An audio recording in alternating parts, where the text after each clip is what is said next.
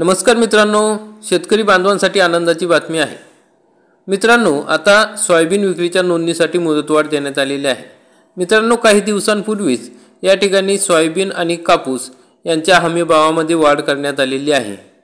मग या ठिकाणी शेतकऱ्यांना आणखी आर्थिक मदत व्हावी म्हणून सरकारने हमी भाव खरेदी केंद्रावर नोंदणी करण्याची मुदतवाढ देण्यात आलेली आहे। मित्रांनो, बारदाण्याचा तुटवडा असल्याने सोयाबीन हमी भाव खरेदी केंद्रावर प्रत्यक्षात सोयाबीनच्या खरेदीला उशिराने सुरुवात झाली होती। त्यानंतर सोयाबीनमधील ओलाव्याचे प्रमाण जास्त असल्याचा परिणाम सोयाबीनच्या खरेदीवर झाला। यातच हमी भावाने खरेदी केंद्रावर सोयाबीन विक्रीची मुदत संपून गेली।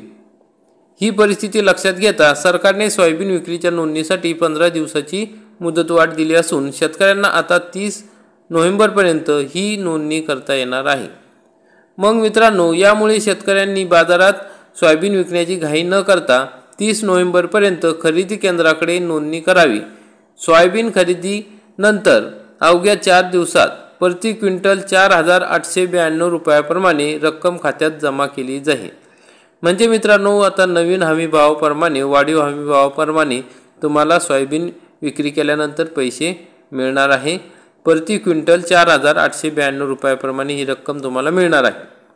सुरुवातीच्या काळात बारदाण्याचा तुटवडा निर्माण झाल्यामुळे खरेदीला उशीर झाला। फेडरेशनकडे पाठपुरावा करून बारदाना निविदा प्रक्रिया तातडीने राबवून या ठिकाणी राज्यासाठी बारदाना उपलब्ध करून दिला जाणार आहे आणि त्यामुळे हमी भाव केंद्रावर खरेदीच्या प्रक्रियेला गती मिळणार आहे।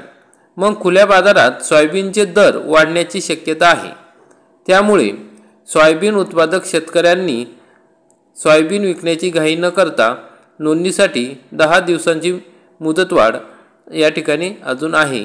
त्यामुळे बारदाना मोठ्या प्रमाणात आल्यामुळे आता सोयाबीन खरेदीला गती मिळणार आहे आणि या ठिकाणी यापूर्वी सोयाबीन विक्रीची जी नोंदणी होती ती 15 नोव्हेंबरपर्यंतच मुदत होती। अनेक शेतकरी नोंदणीपासून वंचित राहण्याची शक्यता निर्माण झाल्यामुळे नोंदणीसाठी सरकारने आता 30 नोव्हेंबरपर्यंत मुदतवाढ दिलेली आहे। तरी शेतकरी बांधवांनी लवकरात लवकर आपली नोंदणी करून घ्यावी आणि जर आपली हमी भाव केंद्रावर आपली नोंदणी झालेली नसेल तर त्या ठिकाणी आपल्याला लाभ मिळणार नाही। त्यामुळे लाभ घेण्यासाठी लवकरात लवकर नोंदणी करा आणि हा व्हिडिओ जास्तीत जास्त शेअर करा म्हणजे शेतकरी बांधवांपर्यंत पोहोचेल। आपण हा व्हिडिओ बघितला त्याबद्दल धन्यवाद। व्हिडिओला लाईक करा, चॅनलला सबस्क्राईब करा। जय हिंद, जय महाराष्ट्र।